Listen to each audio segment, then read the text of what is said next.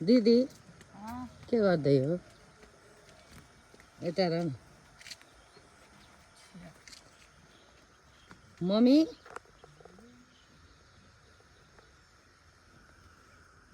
यता चाहिँ मम्मी। अब मेरो पनि काम सुरु हुन्छ है।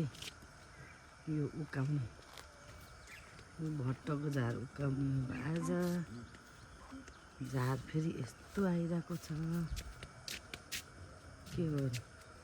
खाना मिठो हुन्छ, काम गर्न त फेरि यति गाह्रो हुन्छ नि। आमामा ल यस्तो छ झारै, यस्तो बनाउनु पर्छ यो भट्टलाई। यो झार छ, यो चाहिँ हो हाम्रो गाउँ, तनहुँको गाउँ। यो चाहिँ सानो पसल, यो चाहिँ हो सानो मेरो घर। यता चाहिँ कोदो रोपेको छ।